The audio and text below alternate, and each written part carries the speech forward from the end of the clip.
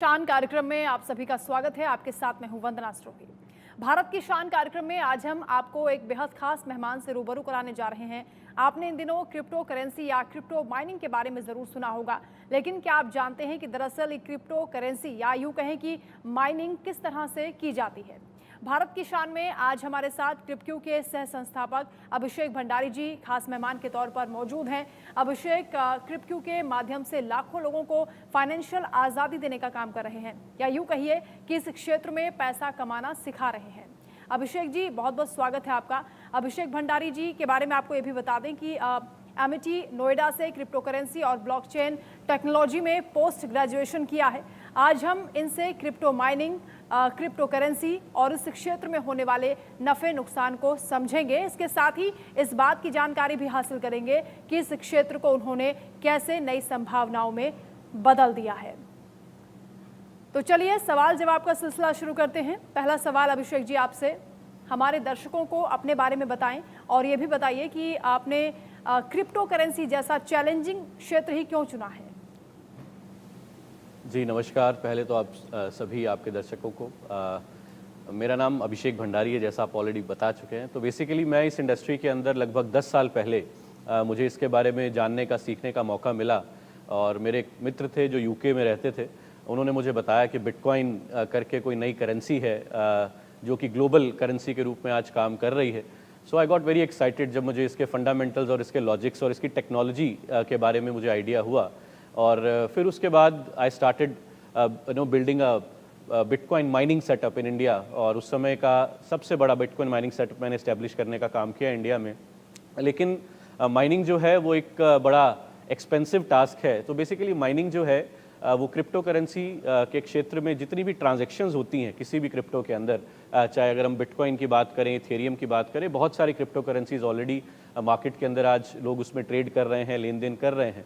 तो जो एक पर्टिकुलर करेंसी का अपना टेक्नोलॉजी है जिसको ब्लॉकचेन टेक्नोलॉजी कहा जाता है, सो जितनी भी ट्रांजैक्शंस एक क्रिप्टो इकोसिस्टम में होती हैं उनकी ट्रांजैक्शन को वेरीफाई करने का काम जो है उस प्रोसेस को माइनिंग कहा जाता है। जितने भी सर्वर्स हैं या जितना भी कंप्यूटेशन पावर है जो ये वेरीफाई करता है कि सही वॉलेट से वो करेंसी जो है वो सही वॉलेट के अंदर गई है और उसका एक लेजर मेंटेन करता है, उस प्रोसेस को, उस टेक्निक को माइनिंग कहा जाता है और उससे नई क्रिप्टो करेंसी का इजाद होता है। सो बेसिकली माइनिंग एक सिंपल भाषा में, अगर आसान भाषा में कहें तो क्रिप्टो करेंसी की ट्रांजैक्शन को वेरीफाई करना और उसके लेजर को, उसकी ट्रांजैक्शंस के रिकॉर्ड को एक डिसेंट्रलाइज इकोसिस्टम में ब्लॉकचेन टेक्नोलॉजी के माध्यम से उसको रजिस्टर करना, उस प्रोसेस को जो है वो माइनिंग कहा जाता है।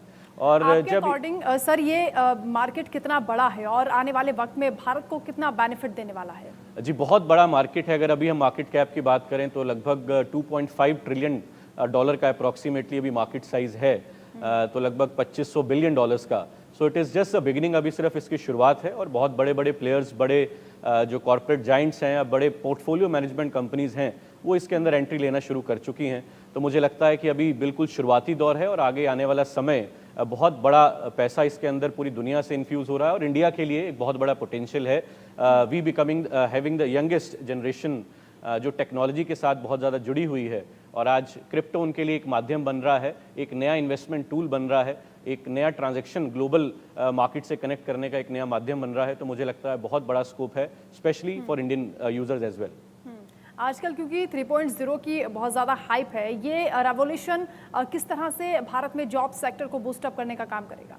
देखिए जो इसकी टेक्नोलॉजी है, वेब 3 की जब हम बात करते हैं तो अगेन वेब 2 की जब बात करते हैं तो डेटाबेस कहीं ना कहीं से जो शेयर किया जाता था वो एक सेंट्रल एंटिटी उस डेटाबेस को मैनेज करती है और हम आपस में इंटरेक्ट करते हैं। जिन प्लेटफॉर्म्स की हम बात करते हैं, चाहे हम फेसबुक की बात करें, चाहे हम अलग अलग सोशल मीडिया प्लेटफॉर्म्स की बात करें, तो वेब 3 कहीं ना कहीं डेटाबेस को भी डिसेंट्रलाइज करने का एक नया डायरेक्शन में हम लोग आगे बढ़ रहे हैं, जहाँ पे डेटाबेस को मैनिपुलेट ना किया जा सके।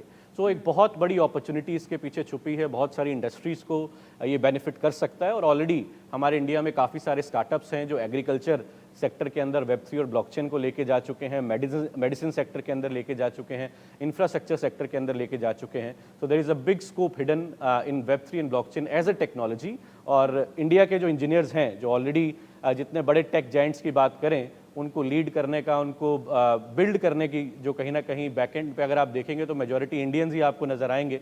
तो मुझे लगता है ये भी जो इमर्जिंग टेक्नोलॉजी है इसको भी हम इंडियंस एज ए इंडियन बहुत बड़े पैमाने पे ग्लोबली लीड कर सकते हैं। So there is a big opportunity hidden in this industry, specially वेब3 एंड ब्लॉकचेन से रिलेटेड जो टेक्नोलॉजीज़ बन रही हैं उसको देखते हुए बहुत सारी इंडस्ट्रीज़ के अंदर योगदान जो है ये स्पेशली टेक्नोलॉजी दे सकती है।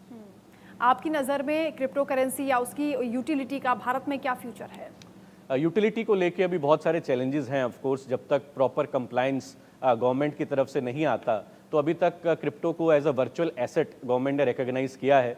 करेंसी के रूप में इसको रिकॉग्नाइज करने का अभी कोई डायरेक्शन दिख नहीं रहा है। But of course globally already बहुत अलग अलग प्लेटफॉर्म्स में क्रिप्टो करेंसी को डायरेक्टली एज अ करेंसी लोग इस्तेमाल कर रहे हैं। बहुत सारे ऑनलाइन प्लेटफॉर्म्स में और बहुत सारी जगह पे ऑफलाइन भी लोग डायरेक्टली आज क्रिप्टो में पेमेंट कर पा रहे हैं। और इंडिया में भी मुझे लगता है कि आने वाले समय में कुछ कंप्लायंस के अंदर कहीं ना कहीं इसके यूज़ केसेस को लेके और थोड़ा रेगुलेशंस के अंदर कुछ छूट मिलनी चाहिए, क्योंकि जिस तरीके से आज इंडियन इकोसिस्टम में लोग इसमें इन्वॉल्व हो रहे हैं, एक्सचेंजेस का डेटा बताता है कि लगभग 19 से 20 करोड़ लोग ऑलरेडी इंडिया के अंदर क्रिप्टो के अंदर इन्वॉल्व हो चुके हैं, which is number 1 in the world.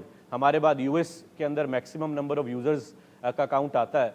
तो मुझे लगता है आने वाले समय में डायरेक्टली क्रिप्टो करेंसी को यूटिलाइज करने के बहुत सारे माध्यम बनेंगे। बट हम लोग भी अपने लेवल पे कुछ ऐसे प्रोडक्ट बिल्ड कर रहे हैं जहाँ पे जितने लोग क्रिप्टो इकोसिस्टम में आना चाहते हैं वो इजीली अपनी वर्चुअल एसेट्स को स्टोर कर पाएँ, मैनेज कर पाएँ और उसको डे टू डे लाइफ के अंदर यूज़ कर पाएँ। इस तरह का एक प्रोडक्ट बनाने पर हमारी भी कम्युनिटी काम कर रही है। सर, क्रिप्टो स्कैम या फिर वर्चुअल करेंसी में जिस तरह के भी स्कैम होते हैं उससे कैसे बचा जा सकता है?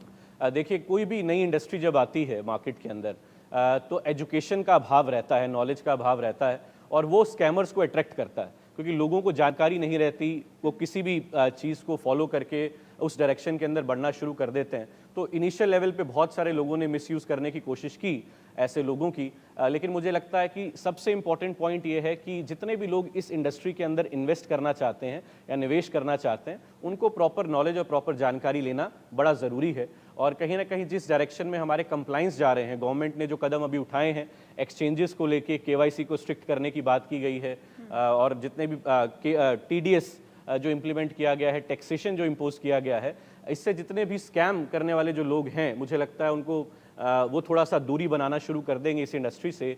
और सबसे इम्पॉर्टेंट ये है कि जब आप किसी भी प्रोजेक्ट में निवेश करने का सोचें या मन बनाएं, उसके बारे में पूरी जानकारी आपके पास होनी चाहिए। फाउंडर्स उसके कौन है, किस तरह का प्रोजेक्ट है, उसका टोकन इकोनॉमिक्स क्या है, क्या टेक्नोलॉजी पे वो काम कर रहे हैं, क्या यूज़ केस उसके बनाने के ऊपर काम किया जा रहा है। तो कुछ ऐसे बेसिक फंडामेंटल हैं या पैरामीटर्स हैं जिनको स्टडी करना चाहिए, एनालाइज करना चाहिए, उसके बाद ही आपको निवेश करना चाहिए उस प्रोजेक्ट के अंदर। इसके अलावा क्योंकि भारत में क्रेज देखा जा रहा है क्रिप्टो करेंसी को लेकर, कैसे दिनों दिन इसकी उपयोगिता बढ़ती जा रही है? जी सॉरी, क्रिप्टो करेंसी को लेकर कैसे उपयोगिता भारत में बढ़ती जा रही है? क्यों इसका क्रेज इतना ज़्यादा है और क्यों होना चाहिए? देखिए, क्रेज़ इसीलिए ज़्यादा है क्योंकि एक ऑल्टरनेटिव इन्वेस्टमेंट टूल आज की यूथ को नज़र आ रहा है।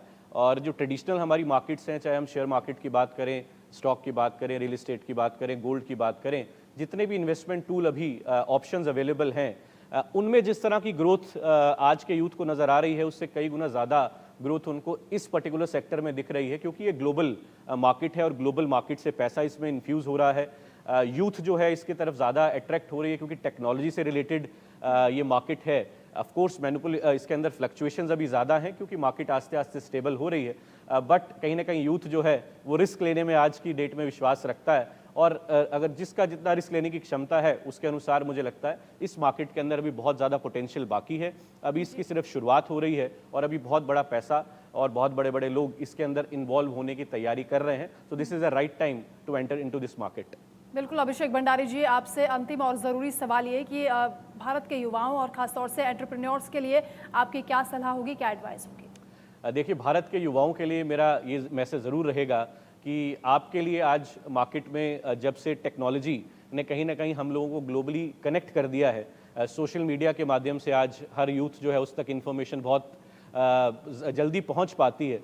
तो इन सभी टूल्स का बेस्ट आप यूटिलाइज़ करके स्पेशली इस इंडस्ट्री में जो कि अभी फास्टेस्ट ग्रोइंग इंडस्ट्री जिसको हम लोग देख सकते हैं। अगर मैं अपने एक्सपीरियंस की बात करूं तो 10 साल में मैंने इस इंडस्ट्री को $10 बिलियन से $3000 बिलियन तक जाते हुए देखा है और बहुत सारे लोगों ने इसमें अच्छा अपने लिए फ्यूचर क्रिएट किया है, टेक्नोलॉजी पॉइंट ऑफ व्यू से भी और अपना खुद का पोर्टफोलियो बिल्ड करने के पॉइंट ऑफ व्यू से भी।